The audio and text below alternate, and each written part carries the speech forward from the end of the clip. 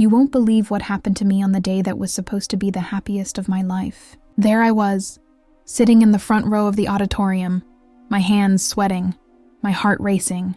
I had spent 4 years working harder than anyone else, taking on every challenge, every extra credit, every volunteer hour. My name had been on the list of finalists for the most prestigious scholarship at our university, one that would fully fund my future. I was told unofficially that I was the top candidate. Everyone knew it. Professors, classmates, even the staff. I was so sure that this moment would be mine.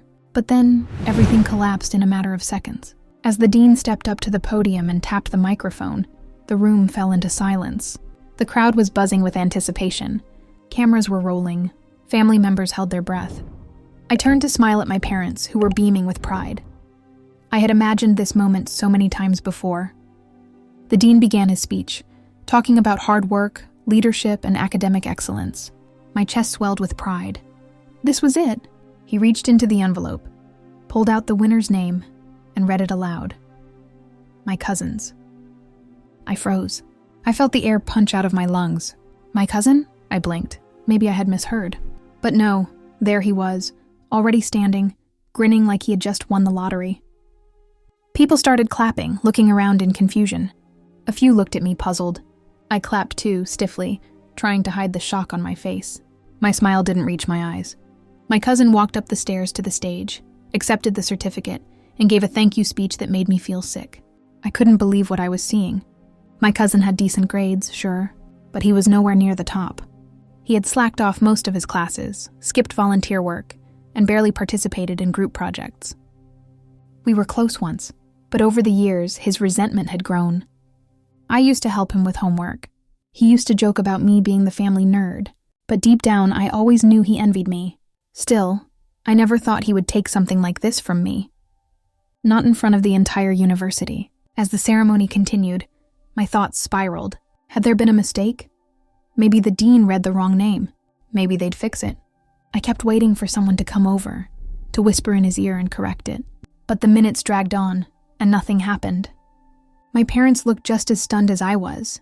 My mother leaned in and asked if I was okay. I nodded, lying through my teeth. Inside, I was crumbling. After the event, my cousin was surrounded by people congratulating him. He played the part perfectly. Humble, grateful, smiling wide. I avoided him. I needed air. I stepped outside into the courtyard, the cool wind slapping me back to reality. I stood there for a while, staring at the sky, wondering what I had done wrong. I had followed every rule, worked my heart out, and now it felt like none of it mattered. The worst part wasn't just the betrayal. It was the humiliation. Everyone knew I was the top student. Everyone expected me to win. Now I looked like a fool. People whispered, exchanged glances. Some even avoided eye contact. It was like I had been erased from my own story. My friends didn't know what to say. My professors didn't approach me. I felt invisible. That night at home, the atmosphere was tense. My dad was furious, pacing back and forth in the living room. My mom kept saying it must have been a mistake, some kind of last-minute decision. I sat there staring at the wall, unable to cry. I felt numb. My cousin's name echoed in my head like a bad dream I couldn't wake up from. My phone buzzed nonstop with messages from classmates, most of them saying they were shocked or that I deserved better. Then came the phone call from my aunt, his mother. She sounded overly sweet, fake even, saying how proud the family was of our boy, and how lucky we were to have 2 shining stars in the family. I barely responded. I could hear the smugness in her voice, like she knew exactly what had happened. My mother clenched her fists the entire time, holding back tears. It was clear this wasn't just bad luck. Something was off. Later that night, I checked the university portal. The scholarship application list was gone, archived. I had saved every email, every confirmation, every recommendation. I pulled up my documents and reread everything, searching for clues. There had to be something I missed. I didn't sleep at all that night. My brain wouldn't shut off. I kept reliving that moment, his name being called instead of mine. The next day, I went to the student affairs office. I asked if there had been a change in the selection process, something I might not have known. The woman at the front desk gave me a tight smile and said everything had followed standard protocol. I asked to speak with the scholarship committee, but I was told they were unavailable. Suddenly, doors were closing. It felt like no one wanted to talk about it. At lunch, I sat alone under the same tree where I used to study every afternoon. A few classmates passed by. Some gave me pity looks, others just avoided me entirely. I wanted to scream. I wanted someone to acknowledge what had happened. But it felt like the world had moved on, and I was left stuck in that moment. I tried talking to one of my professors, someone who had mentored me through my thesis. He looked uncomfortable, said he was surprised too, but didn't say much else. I pressed him, asked if he knew what had happened. He just told me to keep my head high and trust that hard work always pays off in the end. I wanted to believe him, but I didn't. The only person who seemed genuinely furious was my best friend, Elena. She stormed into my dorm that night, holding a printed screenshot of a student forum post. Someone had hinted that the selection was influenced by family connections. Elena swore she would help me find out the truth. I wanted to believe we could fix it, but I also knew how these things worked. Quiet decisions made behind closed doors, favors traded, names switched. I felt like I was walking through a fog. Everything was heavy. I stopped checking my emails. I stopped talking to people. I even skipped class once or twice, which was completely unlike me. I didn't recognize myself anymore. The fire that used to drive me felt like a dying ember. Still, somewhere deep inside, a small part of me refused to give up. A week passed. Then, one afternoon, I received an anonymous message. It was short, just 5 words that would change everything. You were supposed to win. It didn't come from a school email. It was sent through a private messaging app I didn't even use often. The sender had no name, no profile picture, just that one sentence. My heart skipped a beat. It was the first time someone had actually said it aloud, the truth I already felt deep in my gut. I replied immediately, asking who they were, what they knew. But the message was read and then nothing, no response. I sat there staring at my screen, a mix of hope and dread rushing through me. Finally, I wasn't alone in this. Someone else knew. Someone else saw. And that was when everything started to change.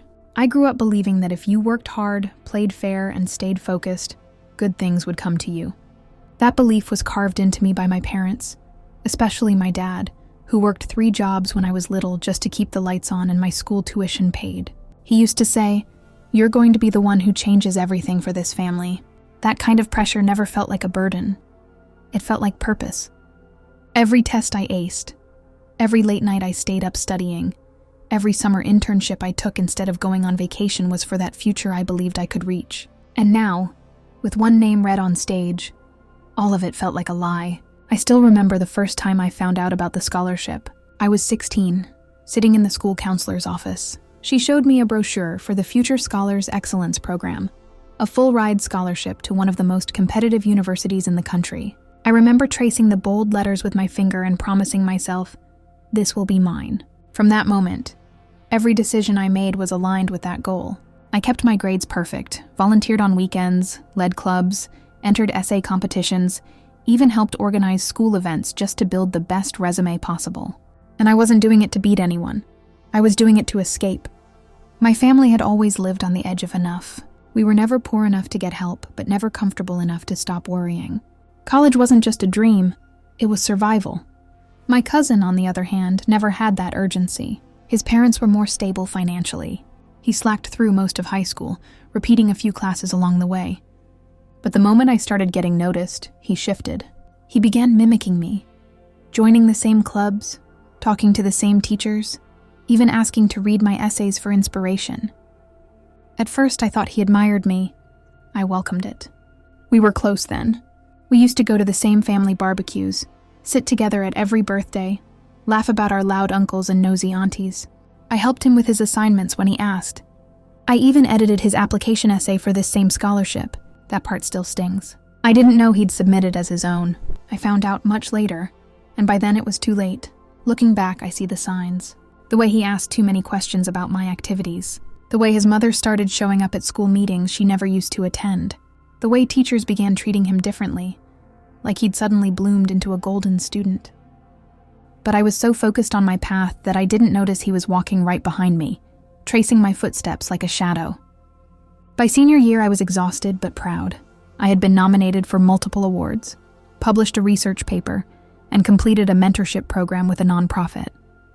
My college application was airtight. I submitted my scholarship documents 2 days early. After checking everything 3 times, I felt confident, not cocky but grounded in reality. Every mentor I had told me the same thing. You've got this. When the acceptance letter from the university came, my family threw a small celebration.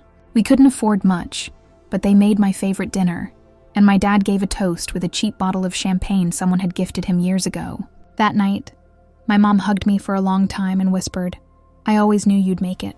I wanted to believe that moment would last forever. I didn't hear much from my cousin after that. He congratulated me, but there was something off in his voice, forced, clipped. He stopped responding to messages, didn't come to the next family gathering. My aunt said he was just overwhelmed with senior year stress. I believed it. I didn't have time to worry about him. I had my own future to prepare for. Until now, I hadn't let myself revisit those details. And then there was the week before the ceremony. I had a strange feeling I couldn't shake. One of my professors mentioned seeing my cousin in the department office, talking to an admin. Another teacher asked if I had submitted an updated version of my leadership essay, which I hadn't. When I checked the portal, my submission was still the original one. I brushed it off. Maybe my cousin was just handling something unrelated. Now I see the pieces I ignored. The scholarship required a recommendation letter, a personal essay, academic records, and a summary of extracurriculars. I had it all, but my cousin's application looked eerily similar when I finally saw it. Same language, same structure, even some identical phrases. He must have copied it, maybe with help. I began to wonder who else was in on it. My aunt was always overly involved.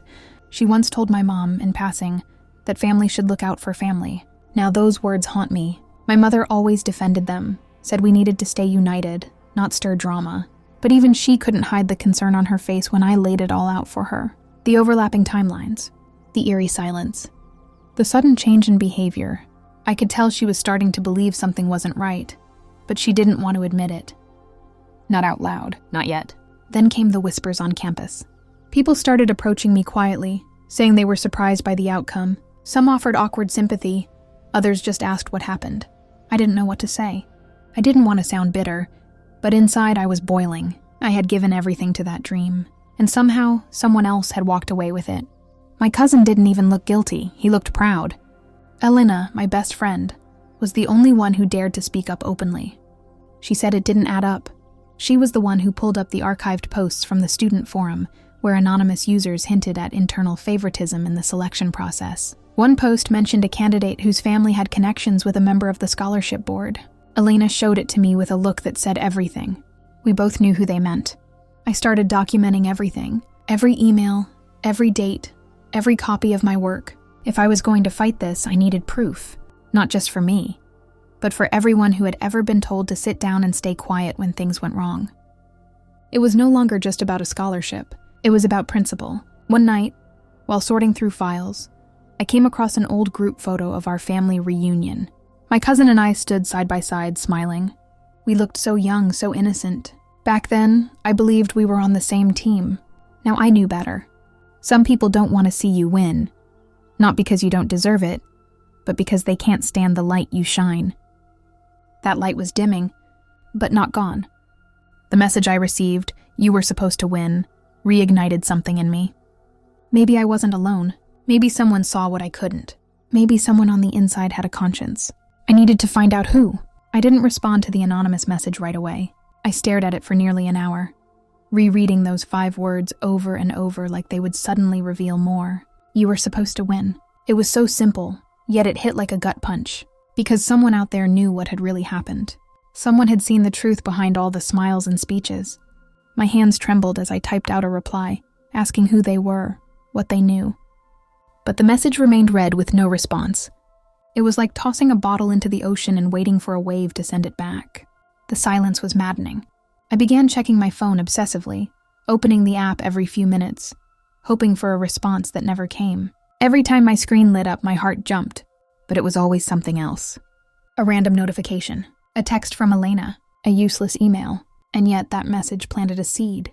I wasn't imagining things. I wasn't just being paranoid. That message confirmed it. Something was wrong, and now I had to prove it. Elena suggested we start with the application files. We both had copies of mine, drafts, final versions, even the timestamps of when I submitted each component.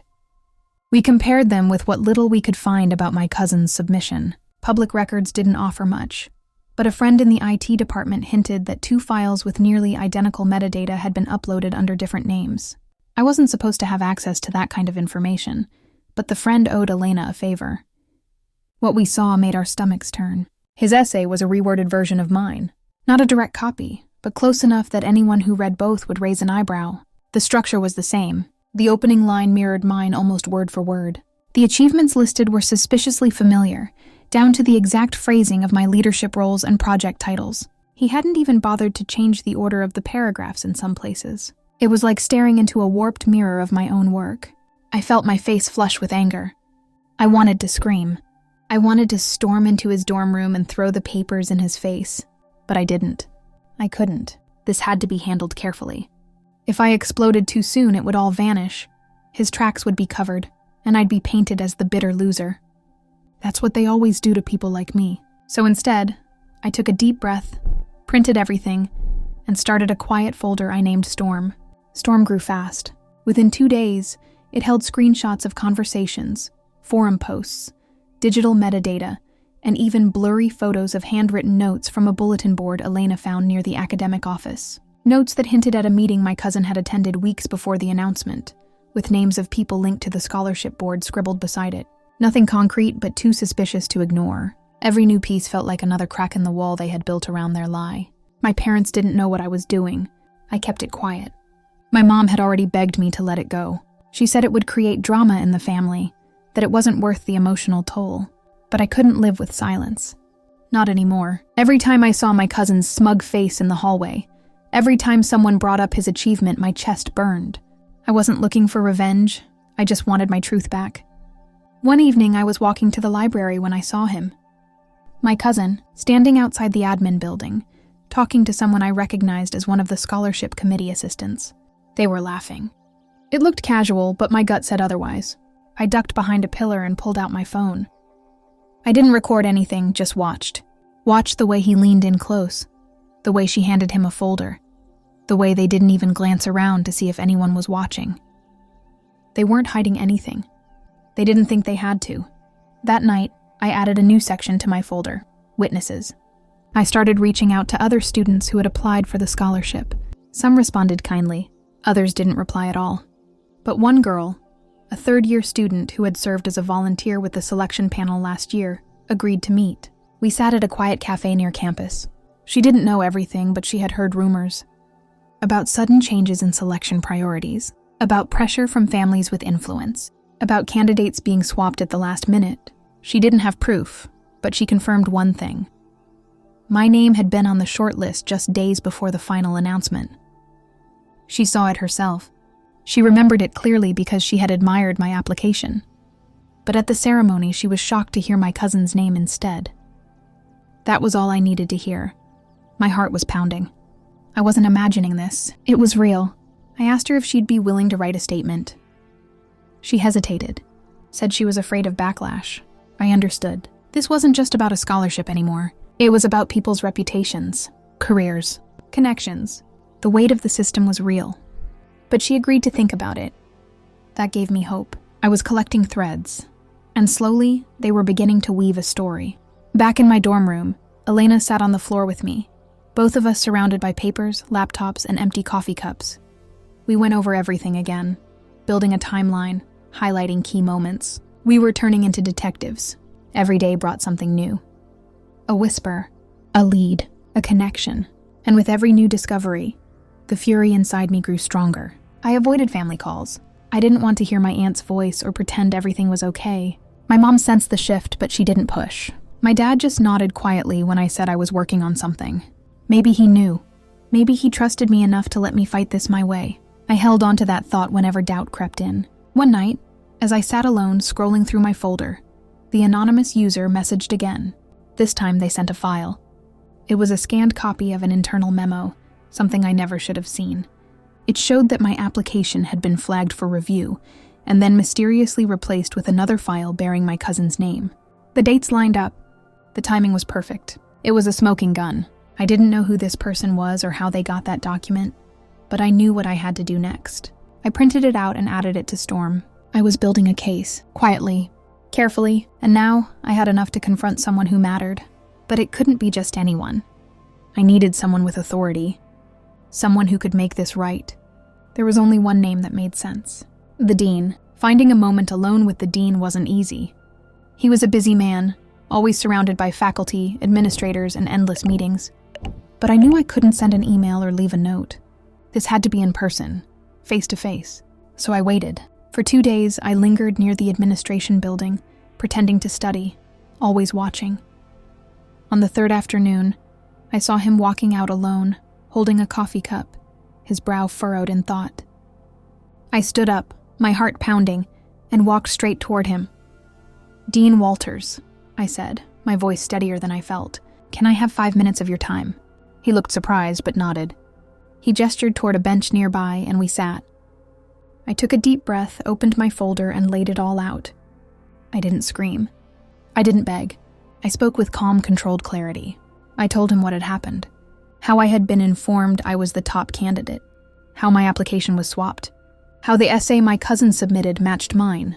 I showed him the documents, the screenshots, the metadata, the forum posts, and finally, the memo from the anonymous source. He didn't speak for a long time. He read through each page slowly, his eyes narrowing. When he got to the memo, he froze. I watched his expression change. At first disbelief, then discomfort, then something else, maybe guilt. He didn't deny anything. He didn't make excuses. He closed the folder gently, looked me in the eyes, and said, "I'll look into this." That was it. No promises, no apologies, just those words. I walked away with my hands shaking. I didn't know what would happen next. For all I knew, he could bury it all and pretend our conversation never happened. But I had done it. I had handed him the truth. The ball was in his court now. The days that followed were agonizing. I kept a low profile. I didn't tell anyone I had spoken to the dean. Elena wanted updates, but I asked her to trust me. We focused on gathering backups just in case. We even began outlining a timeline in case I needed to go public. I prayed it wouldn't come to that. Then one morning, something changed. I received an email from the dean's office asking me to come in for a meeting. The message was brief, professional, and gave no hint of tone. My stomach flipped. I arrived 10 minutes early and sat in the hallway, clutching my folder like a lifeline. When the assistant finally called my name, I stood up on shaky legs and walked into the office. Dean Walters was already seated. He gestured for me to sit. Then he handed me a sealed envelope. "We conducted an internal review," he said. There were irregularities. I opened the envelope. Inside was a formal letter acknowledging that the scholarship selection process had been compromised. It didn't name names, but it confirmed that the final decision had been influenced by external factors. A new review had been initiated. I looked up at him, searching for something in his expression. He nodded slightly, as if to say, "This isn't over, but it's starting." I thanked him, left the office, and walked out into the sunlight feeling like I could finally breathe again. It wasn't victory, not yet, but it was a crack in the wall. That afternoon, my phone buzzed again. It was the anonymous messenger. "Told you," they wrote. "Told you it wasn't over." I typed back quickly. "Who are you?" No reply. Just a second message. "I'm not the only one." It sent chills down my spine. That meant others were watching. Others who knew. Maybe some who had stayed silent out of fear. But now the silence was breaking. Word began to spread slowly. Whispers in the hallway, side glances. People started coming to me quietly, sharing stories, little things they had noticed. About the committee, the selection, the meetings my cousin had with certain faculty members. It was like everyone had a puzzle piece but never realized it until now. One girl from my statistics class told me she overheard her TA mention that my cousin's name had been inserted late into the candidate list, skipping the usual nomination process. Another guy from student council said he was asked to write a recommendation for my cousin at the last minute, something he'd never been asked before. Each story was small, but together they painted a much larger picture. I compiled every detail, every confession, every moment of doubt someone had swallowed, and with each new piece the truth became undeniable. One night, as I reviewed everything, I realized something that made my chest tighten. This wasn't just a story of one stolen scholarship. It was a system, a network of favors, silence, and self-interest. I had just happened to be the one loud enough, angry enough, and stubborn enough to pull the thread. But this thread connected to others, and I wasn't sure how deep it went. Elena and I sat together, staring at the board we had created in my room. Names, dates, arrows, screenshots, quotes. It looked like something out of a detective show. She turned to me and said, "You know they're not going to go down without a fight." "I know," I said. "But I'm not done yet." I needed to be ready. Because if the dean was serious about an investigation, the next school event would be the perfect stage to reveal it. The final school assembly was in 1 week, the same stage where my cousin had been falsely crowned. This time it could be mine. Not just the scholarship, not just the recognition, but the truth. And justice. The anonymous messages stopped after that.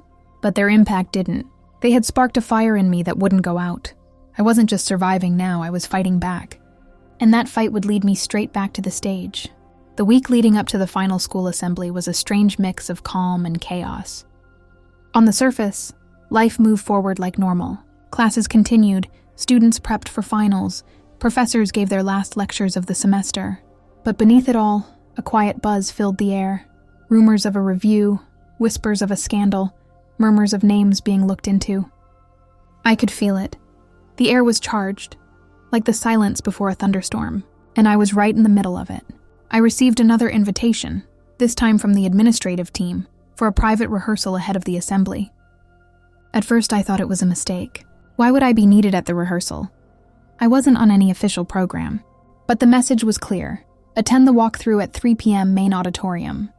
No explanation, no context, just that. When I arrived, the auditorium was nearly empty. A few faculty members stood near the stage, chatting in hushed tones. Dean Walters was there too, clipboard in hand, looking unusually serious. He glanced up when he saw me, nodded once, and motioned for me to come forward. I climbed the stairs, my heart pounding so hard I thought everyone could hear it. "We're making a few adjustments to the schedule," he said flatly. I stayed silent, waiting. He flipped a page on his clipboard, then looked me straight in the eyes. "Your name will be called at the end of the program." I blinked. "For what?" He didn't smile. He didn't blink. "You'll see." That was all he gave me. No hint of emotion. No indication of what that meant. I left the rehearsal more confused than ever. Elena, waiting for me outside, grabbed my arm the second I stepped out. "What did he say? What's happening?" I shook my head, trying to breathe. He said my name will be called. That's it. The next few days were unbearable. I kept checking my emails, my phone, watching for any clue. Nothing. My cousin, meanwhile, walked around campus like he owned it. Still smug, still smiling. Either he didn't know what was coming, or he didn't believe anything could touch him. Maybe both. I started second-guessing myself. What if the dean changed his mind? What if he was just trying to keep me quiet? What if they were sweeping everything under the rug and giving me a token acknowledgement to shut me up? I hated the doubt. I hated how powerless it made me feel. Then, the night before the assembly, I received a call from someone I never expected, Professor Landon. He was on the scholarship committee, quiet and respected, always neutral. He asked if I could meet him at his office. I said yes without hesitation. His office was cluttered, books stacked everywhere, papers in every corner. He sat me down and handed me a folder. I opened it slowly. Inside were emails, internal memos, and notes. Documentation showing how my cousin's file had been fast-tracked, how someone from the board had flagged mine for review without explanation, how recommendations had been swapped. It was all there. I looked up at him, my hands trembling. "Why are you showing me this?" "Because I didn't know," he said quietly. "I wasn't part of it. But when you started asking questions, I went back through the records. I found this, and you deserve to see it before tomorrow." Tears pricked at my eyes. Not because I was sad, but because finally someone cared enough to show me the truth. I thanked him. He didn't ask for anything in return. Just said, "Good luck." I spent that night wide awake, staring at the ceiling, replaying everything in my head. The ceremony, the announcement, the aftermath, the betrayal, and now this moment, the chance to take it all back. I didn't know what the dean would say on stage. I didn't know how public it would be, or how much of the truth would be revealed. But I had to be ready. For the first time in weeks, I felt strong. Not hopeful, strong. I wasn't walking into that auditorium as a victim anymore. I was walking in as someone who had fought for herself, piece by piece, truth by truth. The morning of the assembly, the campus buzzed with energy. Students dressed in their best, families arriving with flowers and cameras. I wore a simple outfit. Clean, professional, no frills. I didn't want attention for how I looked. I wanted attention for what was about to happen. My parents came too. I hadn't told them everything. Just enough. My mother held my hand tightly. My father stood tall, proud. I could feel their tension, their worry, but also their trust. Elena was there too, of course. She sat beside me in the front row, whispering, "This is your moment. Own it." The lights dimmed. The ceremony began. The dean gave his usual welcome speech, followed by recognitions and awards. Names were called. Students walked up. Applause echoed. I waited, heart in my throat. I barely heard anything. My eyes stayed locked on the stage. Then came the final segment. Dean Walters returned to the microphone, holding a folder. He looked different now, more solemn. He paused, scanning the audience, then cleared his throat. "Before we conclude today's ceremony, I have something important to share," he said. My heart stopped. "This year, we discovered discrepancies in the scholarship selection process," he continued. "Discrepancies that, after internal review, required immediate correction." A wave of whispers spread through the crowd. Students leaned in. Faculty exchanged glances. My cousin, seated on the far side, stiffened. The dean went on. "It's our responsibility to uphold fairness and transparency. When those values are compromised, we must act, which is why today we are recognizing the rightful recipient of the Future Scholars Excellence Award." He looked directly at me. "Please join me in congratulating." My name left his lips. The moment my name echoed through the auditorium, time slowed down. It was as if the entire world held its breath. I heard gasps, a few claps that started hesitantly, then quickly grew into a full wave of applause that thundered through the room. My heart pounded so loud I could barely hear anything else. I sat frozen, my mind blank, my body unsure if it should move. For weeks I had dreamed of this moment, imagined the justice, the acknowledgement, the truth coming to light. But now that it was real, it felt surreal. Elena nudged me gently. "Go," she whispered with a smile that was all pride and fire. I stood up slowly, my legs trembling beneath me. Every step to the stage felt like I was walking through water. I could feel every eye in the room watching me, some cheering, some shocked, some whispering, others simply stunned. And in the far corner of the audience, my cousin sat stone-faced, frozen in disbelief. Our eyes met for a second, and in that brief flash, I saw something I hadn't seen in him before. Fear. Dean Walters stepped back as I reached the podium. He handed me a new certificate, this time with my name printed boldly across the top. I gripped it tightly, my fingers numb. The applause continued, but I could barely register it. The microphone stood in front of me, waiting. I hadn't prepared a speech. I hadn't even believed this would really happen, but I knew I had to say something. This was bigger than me now. I leaned in, my voice soft but steady. "Thank you," I said, and the room quieted instantly. I want to start by saying, this isn't just about an award. This is about truth, and how sometimes you have to fight for it even when it feels like no one believes you. I paused, scanning the crowd. People listened closely, wide-eyed. I continued. I didn't get here by myself. I got here with the support of people who stood by me when it was easier to stay silent. This moment belongs to them, too. I didn't name names. I didn't humiliate my cousin. I didn't need to. The truth was already out there, loud and clear. I just stood in it, finally free from the weight of secrecy. When I finished speaking, the room rose to its feet. A standing ovation. I held the certificate close to my chest, stepped away from the podium, and walked off stage with my head high. My parents were crying. My mother clutched my father's arm, her smile trembling with emotion. As I returned to my seat, students I barely knew reached out to congratulate me. Even a few faculty members nodded respectfully. But the most unexpected moment came when the girl from student council, the one who had seen my name on the list weeks ago, leaned over and whispered, "I'm glad you didn't give up." I smiled. Neither am I. My cousin left quietly before the ceremony ended. No goodbyes, no explanations. Just slipped out, like he had never been there. I didn't chase after him. There was nothing left to say. His silence was its own confession, and while part of me wanted to feel sorry for him, I couldn't. Not after what he did. Not after what he stole and how far he went to keep it hidden. That night my phone buzzed nonstop. Messages from classmates, professors, even alumni. Some apologized for not speaking up sooner. Others admitted they suspected something, but didn't know how to help. I responded to each one, grateful, but exhausted. The weight of the past few weeks finally hit me all at once. I sat on my bed in silence, certificate on my lap, and cried. Not from sadness, but from release. It was over. I had won, not just the scholarship, but the right to be seen, heard, and believed. The next day, Dean Walters invited me to his office. He offered a formal apology on behalf of the administration. He said steps were being taken to prevent this from happening again. New checks, new review processes, more transparency. He asked if I wanted to be involved in shaping those changes. I agreed. If I had the power to protect future students from going through what I did, I'd use it. I also got another message from the anonymous account. Just one word this time. Respect. Whoever they were, they had helped shift the balance when I needed it most. I never found out their identity, and maybe that was for the best. They weren't the story. They were the spark, and that was enough. As the semester wrapped up, the campus slowly returned to normal, though the story still hung in the air. Whispers of what had happened would linger for a while. I knew that, but I was no longer afraid of them. I had walked through fire and come out stronger. Every hallway I entered, every classroom I stepped into, I did so with my head higher than before.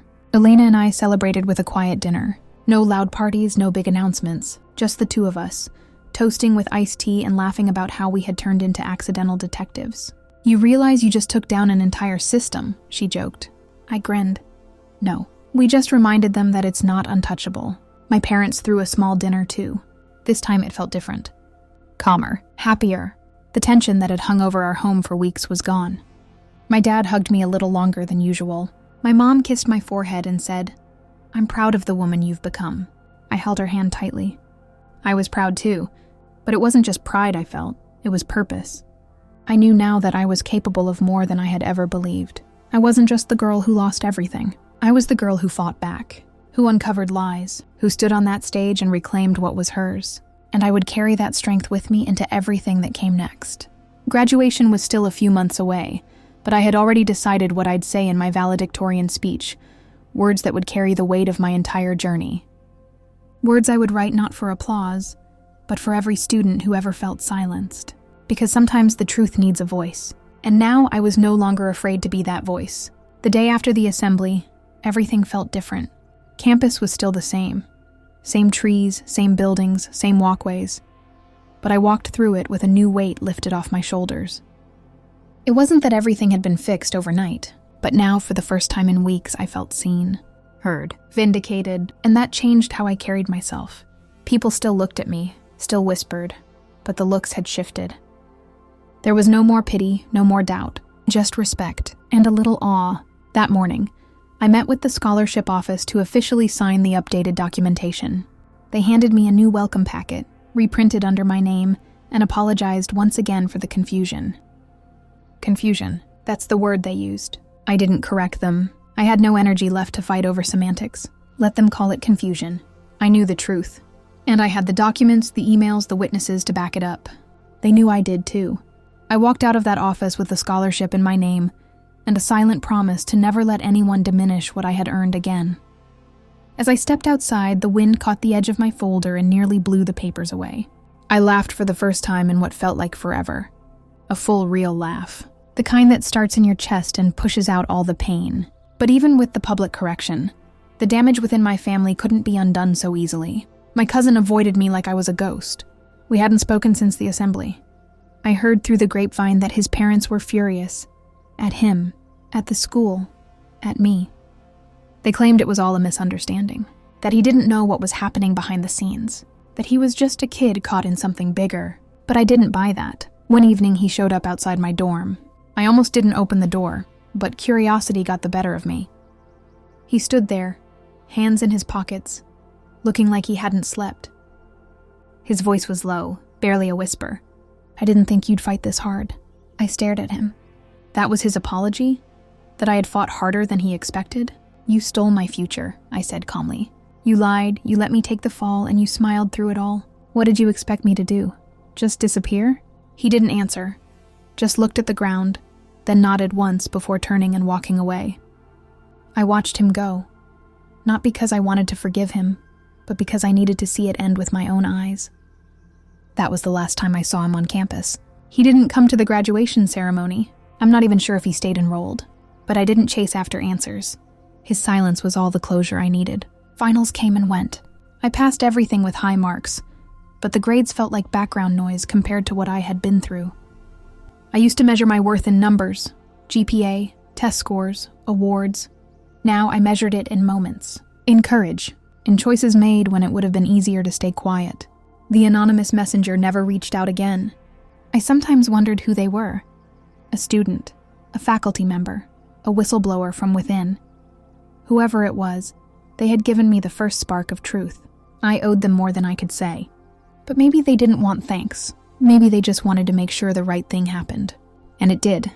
Elena and I stayed closer than ever. We joked that we should open a student justice service, offering investigative support for academic cover-ups.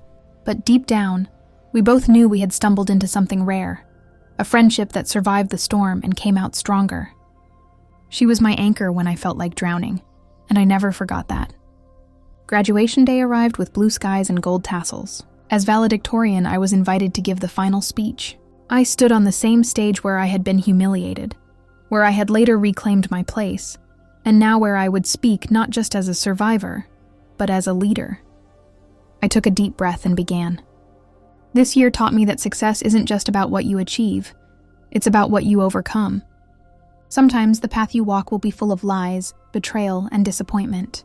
But if you stand your ground, speak your truth, and refuse to be erased, you'll come out stronger than ever. The audience sat silent, listening. I could see tears in some eyes. I could see nods of understanding. I didn't name names. I didn't have to. Everyone knew the story by now. But I finished with this. No one should ever have to beg to be seen. No one should have to fight for what they've already earned. But if you ever find yourself in that position, I hope you fight like hell. The applause that followed was thunderous. But this time, it wasn't the sound that mattered. It was the feeling.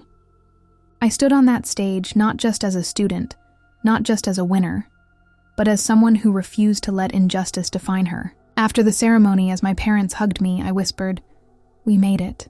My dad pulled me close and said, "No, you made it." And he was right. I walked away from that chapter of my life with scars, but they were mine. Earned. Understood. I had learned more in those weeks of betrayal, resistance, and truth than I had in any classroom, and those lessons would stay with me forever. I never did find out how far the network of favoritism stretched, but I didn't need to. I had broken through it. I had won on my terms, and I was just getting started. In the end, this wasn't just about a scholarship. It was about reclaiming my voice, my worth, and my story. I faced betrayal from my own family, silence from those in power, and a system rigged against me. But I stood up, I spoke out, and I didn't back down. If you're going through something similar, know this: you are not alone, and your truth matters. Thank you for staying with me through this entire journey. If you made it to the end, drop a "I made it" in the comments below. Don't forget to like, subscribe, and hit the bell icon so you never miss another story like this. See you in the next video.